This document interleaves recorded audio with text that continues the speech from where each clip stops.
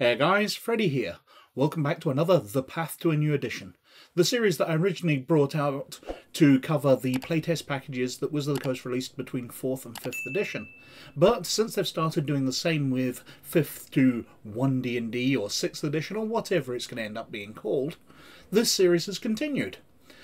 Now, where I am, the 24th of February, is the day after they've released this latest one, the Player's Handbook Druid and Paladin playtest package. Now, with previous ones, I've kind of rushed them out, so I would be giving people an idea of what was in these playtest packages when they were downloading them. But I have to admit, this one's the least exciting one I've seen. Whereas all of the original between 4th and 5th edition were really quite interesting, and they played with a lot of the basic concepts of Dungeons & Dragons. This one is just playing with Druids and Paladins. The rules themselves are a kind of step backwards, and as they've wiped out all of the changes they'd made in the last playtest packages, and they're not trying anything new really. The Druid and Paladins themselves are just evolutions of the character classes as they appeared in 5th edition. So I'm not going to be releasing this one early, it's just going to come out in my usual schedule. I'm not going to blast it out. Anyway, having a look, they say, what's new? The Druid class and Circle of the Moon subclass are ready for playtesting here. Paladin class and Oath of Devotion subclass are ready for playtesting here. Several revised feats appear here for feedback, with more revised feats coming in future articles. More spells are ready for playtesting, with focus on Smite spells, Find Familiar and Find Steed. Now the Smite spells are pretty much how they're updating the Paladin, but we'll come to that. The rules glossary, they make a big point of, at various points, that they've taken away the gain inspiration if you roll a 1. So instead of a critical fumble, you're actually benefiting from failing at something. But since they took out the ability to fail on everything from rolling a 1 anyway, it didn't need balancing. But anyway, they talk through the usual stuff, that it's a playtest package, so it might not be balanced. There's going to be the playtest packages coming out, covering all the different classes and subclasses, etc. We talk through the parts of a character class. They talk about the class groups. Well, they've released the experts group, the Bard, Ranger and Rogue, they released quite a while ago. And they released the Cleric in the last package.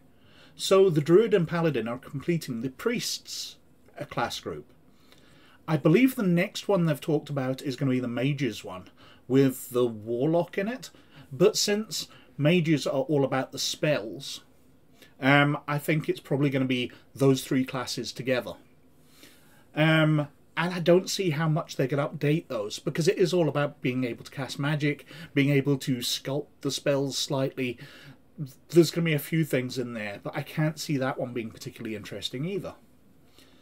What else we got? Creating member of a class, class features, the subclasses, and then we're on to the Druid. Well, the big thing is here that we've now got this channel nature at 1st level. And channel nature is wild shape. So they've taken the Druid's wild shape and they've put it in at 1st level. But they've kind of totally changed it. Wild shape as it worked for Druids before was you would choose an animal to change into. Now at low levels you were able to take the form of simple animals. As you went up you could then get swimming animals, flying animals, etc. But also they had to be natural types of animals. Well, the wild shape has changed because you become a sort of generic animal. So when you wild shape, you gain your wild form. Let's flick on a couple of pages. So wild shapes, you become an animal of the land at 1st level. And instead of choosing the stats of a wolf or a bear or whatever, usually a bear, let's be honest, because it was the most powerful ordinary animal, you get an animal with these stats. So armor class 10 plus your wisdom modifier. Speed 40, climb 40. Strength and dex equal to your wisdom score. Con, int, wisdom, charisma, use your ordinary scores. You've got dark vision 60 foot. Keen senses, bestial strike, multi-attack when you're at 5th level. And the big change is hit points. In the old version of Wild Shape, you would become that animal, and you would be a fully healed version of that animal. And when you got damaged and taken down, so killed as an animal, you would revert to your ordinary form as it was before you shifted. So if you're fully healed, you would revert to a fully healed version of yourself. If you're at 1 hit point, you'd revert to the 1 hit point version of yourself. However, in this version, hit points, you continue to use your hit points and hit dice. So if you shift into your animal form when you've got 1 hit point left, you're that animal form with 1 hit point. And if you get killed as your animal form, then you're getting killed as yourself. It's an interesting one, and it takes away the big problem with wild shape, which I always saw as basically doubling a druid's hit points, or more.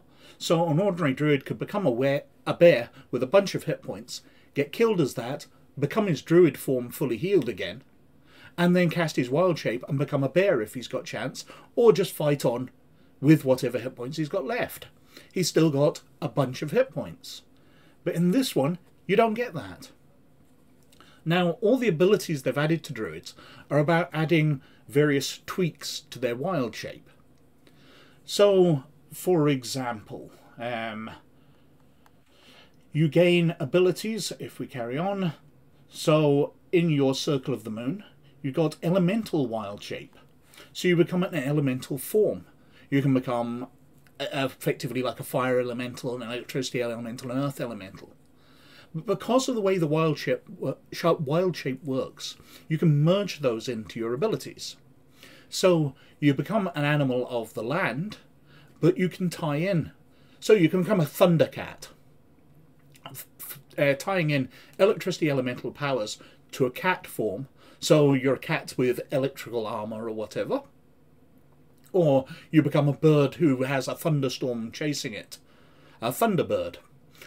And you tie those abilities in. You are tweaking your forms. And you've got other ones here, 1,000 forms. You've learned how to use lunar magic to alter your physical form in innumerable ways. But the ability to tweak it is basically down to the Dungeons and Dragons movie that's come in. We've seen the trailers, and we see the druid wild shape into an owlbear. But everybody who's played Dungeons and Dragons is like, wait a second, that's not a normal animal. Druids can't wild shape into owlbears. Well, apparently now they can, because they can take the forms of various animals and merge them. So they're merging into a bear with owl aspects to it. They are just their ordinary wild shape. They don't get any special abilities beyond that, but they are merging those characteristics. So if you want to become a wolf with stag horns, you can become that if you want. But you don't gain anything of being an ordinary wolf from that. And there's abilities where you can become tiny versions of it, so you can sneak through things and whatever. But all the druid's abilities are based about your wild shape and tweaking that. It's nice, and I like the fact that they finally balanced that. Fingers crossed when they come to the barbarian, they sort out the bear aspect barbarian, who takes half damage from everything except psychic, so doubles his hit points. But it would be nice to get that and the druid wild shape into usually bears.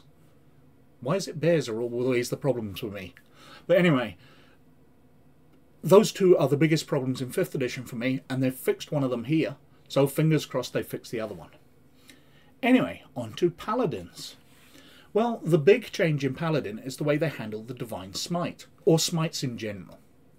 So, in 5th edition as it's written, you hit, and you then, as a Paladin, you can burn out one of your spells to turn it into a Divine Smite and add damage to your attack. So, the way Paladins are written at the moment, they tend to just use all their spell slots to burn through as Divine Smites. Because most of the combat spells, especially the other smite spells, require you to cast them and then attack. So you're wasting one of your rounds casting a spell to gain a bonus on the next attack. Whereas Divine Smite, you hit and then you burn through the spell slot to gain a bonus on it. So Divine Smite was always far, far better. But they've tweaked that. First of all, you can't cast a spell and Divine Smite in the same round, which becomes important with the way they've changed the smite spells. But also, Divine Smite can only be used once per round, which makes a lot more sense, because casting a spell to do the damage is something you can only do once a round. So why should you be able to burn through multiple spell slots in a single round because you've got multiple attacks? It makes a lot of sense and does add balance to it. So while I do play a paladin in one of the campaigns, and I do use Divine Smite a lot, this isn't something I've got a massive problem with. It does seem like game balancing. Carrying on through, we've got all the stuff about paladins. The Lay on Hands has a nice tweak to it as well, I have to admit. Lay on Hands, as it works, you have a certain amount of hit points you can heal, or you can spend 5 hit points to heal a disease. Well, at higher levels, it's 15th level, so it's pretty high. You gain Restoring Touch. When you lay on hands on a creature, you can spend those 5 hit points to get rid of blinded status, charm status, dazed status, deafened, frightened, paralyzed, or stunned. So you can get rid of lots and lots of status effects, not just diseased.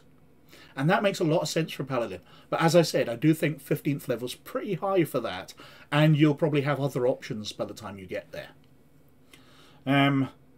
Carrying on through, we've got the Oath of Devotion here. These are fairly ordinary. There's some tweaks to the Holy Aura, your Holy Nimbus and Radiant damage and Sunlight damage and all that as part of your aura when you invoke it. Kind of nice. But when we come to the spells... So, as I said, Smites used to work by you would cast the spell and then next round you would do an attack to gain the advantage of the effects of the Smite spell. So you would probably just spend a Divine Smite to get basically those effects anyway. But now, Smites are casting time bonus action.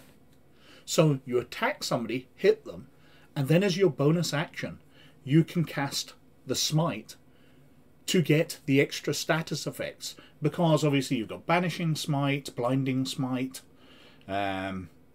Searing Smite, Glimmering Smite, Staggering Smite, Wrathful Smite, Thunderous Smite, all having extra effects, which are kind of worth using a bonus action, instead of taking your bonus action for whatever you would normally use it as a paladin. But this one makes these other Smite spells really quite useful. There's a few other spells in here, Find Steed, Otherworldly Familiar, etc. Otherworldly Steed. We then go on to the rules glossary, where it makes clear D20 test, rolling a 1 on a D20 no longer counts awards inspiration, which is now called heroic advantage. So we went from it being inspiration to being heroic inspiration, now to being heroic advantage. But down here, heroic advantage, name change from heroic inspiration, which is no longer gained from rolling 1 on a D20. But there's various other revisions in here: difficult terrain, equipping weapons, fly speed, grappled, helping, incapacitated, long rests, move, unarmed strikes. They've removed lots of stuff about ability checks, attack rolls, etc. And we've got various refined rules, but there's nothing major here. As I said, this is possibly the most uninspiring version of a playtest package I've seen from Wizards of the Coast. There's nothing much in here. They are just refining the Druid and the Paladin a little. True sides, unarmed attack, and that's us at the back. It's 29 pages, so it's fairly small, as by the playtest packages tend to be. But apart from evolutions of Druid, there's nothing here. Anyway, I think I've probably whittled on for quite long enough, so thank you very, very much for watching, as always. But, most of all, you look after yourselves, and I'll catch you later. Bye now.